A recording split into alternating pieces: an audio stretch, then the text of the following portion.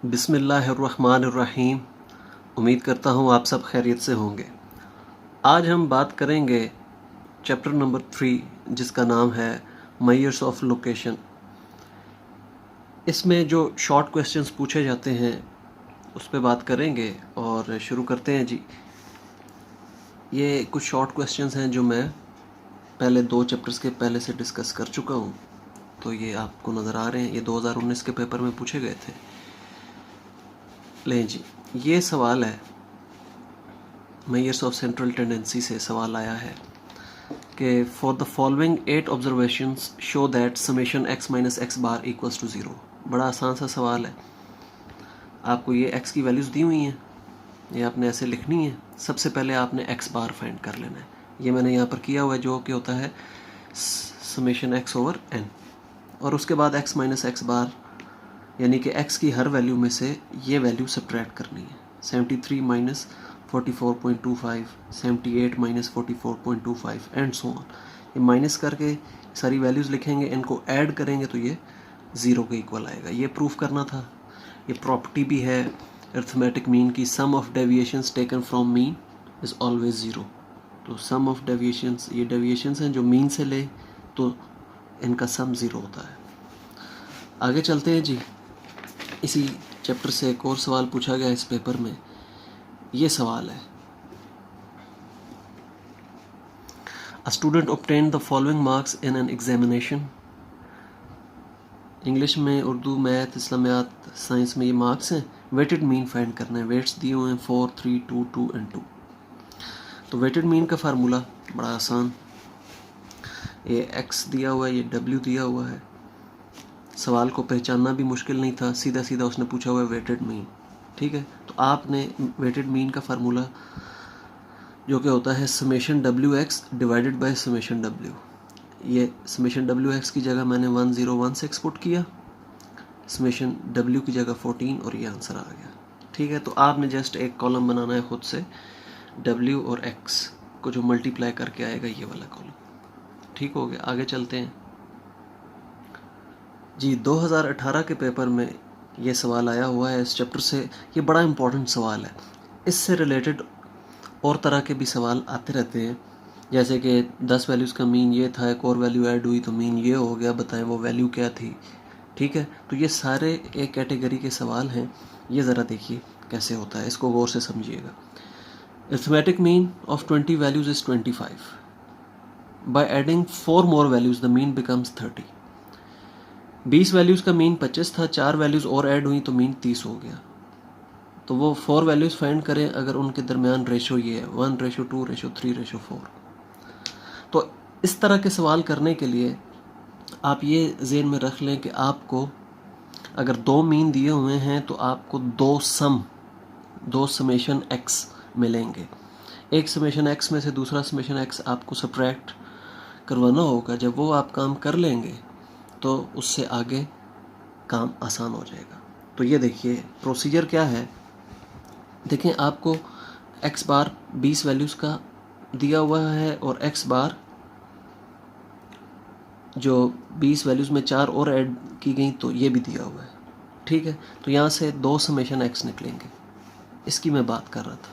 ये देखें, पहले इधर देखें, summation x over n mean का फार्मूला, ये कितनी वैल्यूज़ का मीन था 20, तो समेशन x 500 आ गया। दूसरा समेशन x कैसे आएगा, देखें 4 वैल्यूज़ आपने और ऐड की तो मीन 30 हुआ। तो ज़ाहिर है ये n जो है 24 हो गया। पहले 20 था, 20 में 4 ऐड किया तो 24 हो चुका है। अब 24 वैल्यूज़ का मीन 30 था, तो अब 24 वैल्यूज़ का सम 720 है। तो यहाँ से हमें क्या पता चल जाएगा कि जो वो 4 वैल्यूज़ हैं उनका सम 720 माइनस 500 ये आ जाएगा 220। देखे ना, ये 4 वैल्यूज़ का सम हमारे पास आ गया 220। ये 24 वैल्यूज़ का सम है, ये 20 वैल्यूज़ का सम है। 24 वैल्यूज़ के सम में से 20 वैल्यूज़ का सम निकालें तो 4 वैल्यूज़ का सम आ जाता है। अब इससे आगे क्या करना है, उसने हमें एक और इन्फॉर्मेशन दी हुई है। यहाँ पर रेशो दी हुई थी 1:2:3:4। इन वैल्यूज़ की आपस में रेशो ये है। तो ABCD लेट्स सपोज ये वैल्यूज़ हैं। तो अब ये कैसे निकलेंगी, देखें आपने क्या करना है, इन तमाम रेशोज़ को ऐड कर लेना है। 4 + 3 + 2 + 1 10 आ गया। अब पहली वैल्यू की जो रेशो है वो 1/10 ठीक है बनेगी। सो आपने 1/10 को मल्टीप्लाई कर देना है 220 से, तो वो वैल्यू आ जाएगी। इसी तरह फिर दूसरी वैल्यू की है जी 2/10 को मल्टीप्लाई कर दिया 220 से, 44 आ गया। फिर 3/10 को एंड 4/10 को मल्टीप्लाई कर दिया 220 से।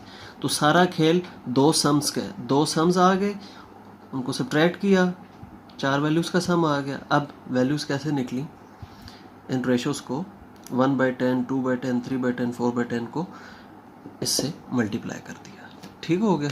तो ये वैल्यूज़ आ गई आपके सामने। ये सवाल देखिए जी, बड़ा इजी और इंटरेस्टिंग क्वेश्चन है। एक फ्रीक्वेंसी डिस्ट्रीब्यूशन है, उसकी इंफॉर्मेशन दी गई है, एक्स इसके इक्वल है, summation F you, summation F दिया हुआ है, अरिथमेटिक मीन फाइंड करना है। तो अरिथमेटिक मीन के 3 फार्मूले हैं, ठीक है। तो उसमें से एक फार्मूला है X bar is equal to A plus summation F U over summation F multiply by H. तो यहाँ चूँकि इन्फॉर्मेशन आपको नज़र आ रही है यू की फॉर्म में दी गई है, तो वही फार्मूला हम इस्तेमाल करेंगे। ये देखिए जी, एक्स दिया हुआ है 180 + 5u, यहाँ से हम u निकाल लेते हैं, तो u इस फॉर्म में आ गया। u की डेफिनेशन होती है x - a ओवर h। तो यहाँ से हमें पता चला a 180 है, h 5 है। बस उसके बाद सिर्फ फार्मूला अप्लाई करना है। ये देखें, ये फार्मूला आपके सामने लिखा हुआ है। यहाँ पर बच्चे आके गलती कर देते हैं कि इस 80/100 को इसके साथ प्लस पहले कर देते हैं, मल्टीप्लाई नहीं करते। तो आपने इस गलती से बचने के लिए ये ब्रैकेट यहाँ पर लगा देनी है इस फार्मूले में, यहाँ पर, ठीक है। और इसको पहले सॉल्व करना है, फिर इसमें ऐड करना है, ठीक है, ताकि ये छोटी सी गलती से आपके 3 मार्क्स कट जाते हैं, ना कटें। एक और सवाल इसी चैप्टर से अंदाज़ा हो रहा होगा कितना इम्पोर्टेंट चैप्टर है ये। एल, एच, एफ, एन और सी ये चीज़ें दे दी हैं, मीडियन पूछ ली है। तो ये सारी चीज़ें मीडियन के ग्रुप डाटा के फार्मूले में इस्तेमाल होती हैं। आपको ये फार्मूला आना चाहिए। अगेन आपने यहाँ पर ब्रैकेट लगानी है, ब्रैकेट के अंदर वाली चीज़ें जो हैं ये पहले सॉल्व करनी है और बाद में ये ऐड करना है 62। तो फार्मूला आता है, तो ये सवाल बहुत आसान था, ठीक है। ले जी, इस पेपर में एक और सवाल उसी नेचर का आ गया जो अभी हमने पहले सॉल्व किया कि मीन 10 नंबर्स का 8 है, एक और नंबर 11th नंबर ऐड हुआ तो मीन 9 हो गया। What is the value of 11th number. बिल्कुल उसी तरह इस सवाल को करना है, 2 सम्स आपने निकाल लेने। ये देखें, मैंने आपके सामने ये किया हुआ है, इसको आप देखेंगे तो आपको ये समझ आ जाएगा। ये देखिए जी, ठीक है, ये 8 वैल्यूज़ का मीन है, ये 9 वैल्यूज़ का मीन है, सॉरी ये 10 वैल्यूज़ का मीन है, ये 11 वैल्यूज़ का मीन है। तो आपने 2 सम्स जब निकल आएंगे तो यूँ सब्ट्रैक्ट करेंगे, ठीक है, तो आपके पास जो रिक्वायर्ड नंबर है 11th नंबर, उसकी वैल्यू आ जाएगी, ठीक है। बड़ा सिंपल क्वेश्चन था। 2018 सप्लीमेंट्री का पेपर देखिए जी, 10 ऑब्जर्वेशंस हैं जी, उसमें समेशन x - 23 निकाला गया, वो -17 के इक्वल आया। Then find mean. अब ये जो सवाल है ये एक्चुअली आपको डेविएशंस दी गई है। अब ये 23 a की वैल्यू है, एज्यूम मीन है, मीन नहीं है। देखें, जब समेशन x - x बार करें तो ये हमेशा 0 के इक्वल होता है, ये आपने एक प्रॉपर्टी पढ़ी हुई है। तो यहाँ पर x - 23 is equal to something else है, तो ये फिर x बार नहीं है, ये a है, ये आपको a दिया हुआ है, ठीक है। a 23 है और ये फिर d है, समेशन d -17 है। टोटल वैल्यूज़ n 10 है, तो यहाँ पर d वाला फार्मूला आप लगाएंगे। ये देखिए, ये मैंने इसको तफसील से कर दिया है। a 23 है, समेशन d -17 है, ये फार्मूला लिखा है नीचे, ये वैल्यूज़ पुट की, सॉल्व किया, मीन 21.3 आ गया। अगले सवाल की जाने बढ़ते हैं। ये उसी कैटेगरी का सवाल है, ये मैं एक्सप्लेन नहीं करता, ठीक है जी। अभी आपके सामने मैंने किया था, जहाँ 4 वैल्यूज़ दी गई थी, फाइंड करनी थी, यहाँ 2 वैल्यूज़ फाइंड करनी है। बिल्कुल आप जब देखते जाएंगे आपको खुद आइडिया हो जाएगा कि ये तो अभी अभी आपने किया है। ठीक हो गया। आगे बढ़ते हैं, इस सवाल को देखते हैं। ये देखिए जी, ये सवाल बाज़ का स्टूडेंट्स को मुश्किल लगता है कि कैसे पहचानें ये किस चीज़ का सवाल है। तो देखिए, 3 teachers of statistics reported mean examination grades of 75, 82 and 85 in their classes which consisted of 30, 25 and 17 students respectively.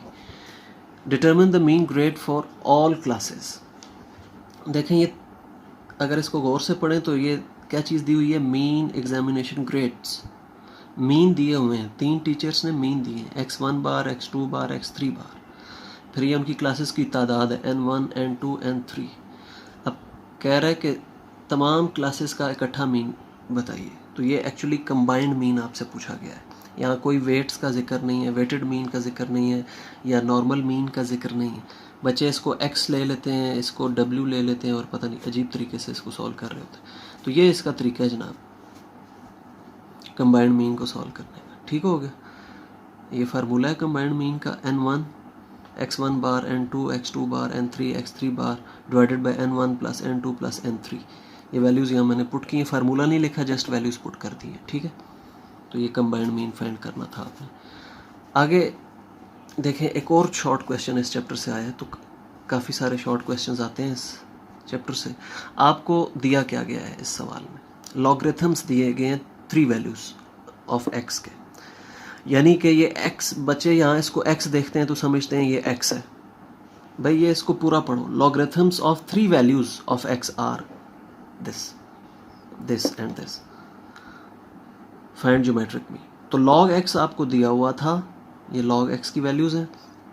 आपने क्या करना है, इनके anti log summation log x पहले फाइंड करना है, इन तीनों वैल्यूज़ को सम कर देना है। ठीक है, ये summation log x divided by n।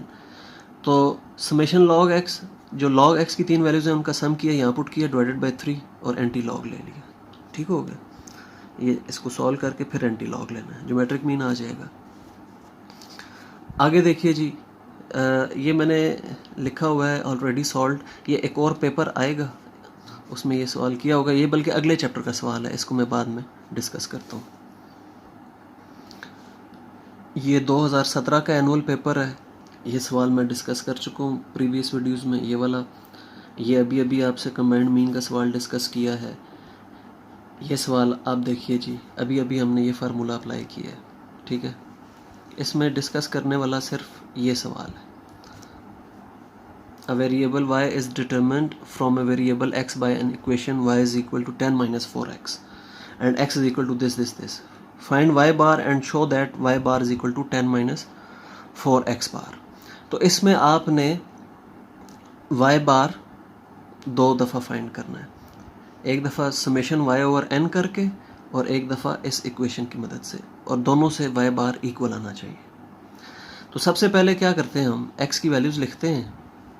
ठीक है, ये x की वैल्यूज़ हैं, x से फिर y की वैल्यूज़ निकलती हैं। कैसे, इस इक्वेशन में x की वैल्यूज़ पुट करेंगे आप, ये तो y की वैल्यूज़ ये निकलती आएंगी।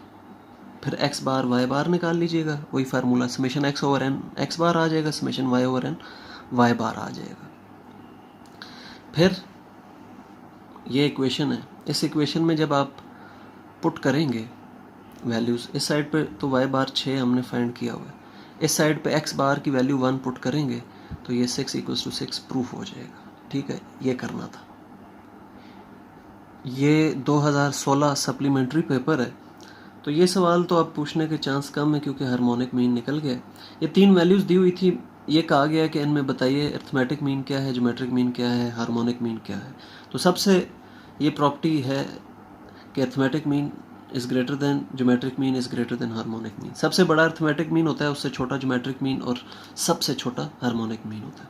तो ये आसान सा सवाल है, मैंने कहा चलें डिस्कस कर लेते हैं।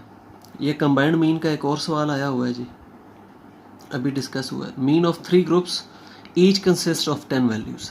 इस सवाल में बच्चे गलती कर देते हैं कि इसको x ले लेते हैं और समेशन x ओवर n करके सिंपल मीन फाइंड कर लेते हैं। सिंपल मीन नहीं फाइंड करना, उसने पूछा हुआ है find mean for all 30 values. अब बच्चे कहते हैं कि इसमें n1 n2 n3 क्या है।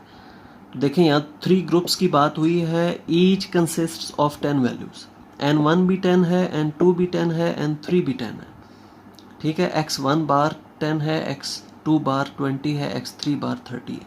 फिर ये फार्मूला आप लगाएंगे तो कंबाइंड मीन आ जाएगा।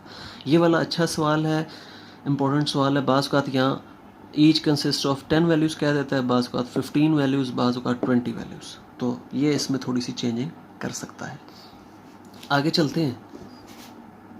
ये देखिए जी, in a skewed distribution if mode is 15 and mean is 10.5, find median. तो स्क्यूड डिस्ट्रीब्यूशन में एक हम एम्पिरिकल रिलेशनशिप पढ़ते हैं मीन, मीडियन और मॉड का। वो ये है, mode is equal to 3 median minus 2 mean. तो इस रिलेशनशिप से MCQs भी आ जाते हैं और शॉर्ट क्वेश्चंस भी। कभी मीन पूछ लिया, कभी मीडियन, कभी मॉड, 2 चीज़ें दे के। तो यहाँ पर मीडियन पूछा है, तो हम इसी इक्वेशन को यूज़ करते हुए ये देखें, वैल्यूज़ पुट करेंगे, मीडियन निकल आएगा। थोड़ा सा सॉल्व करना है, ठीक हो गया। अभी आज की वीडियो में इतना ही। नेक्स्ट वीडियो में मैं मज़ीद पेपर्स डिस्कस करूँगा और आपको अंदाज़ा हो गया होगा कि ये चैप्टर कितना इम्पोर्टेंट है। काफ़ी सारे क्वेश्चंस इससे पूछे जाते हैं।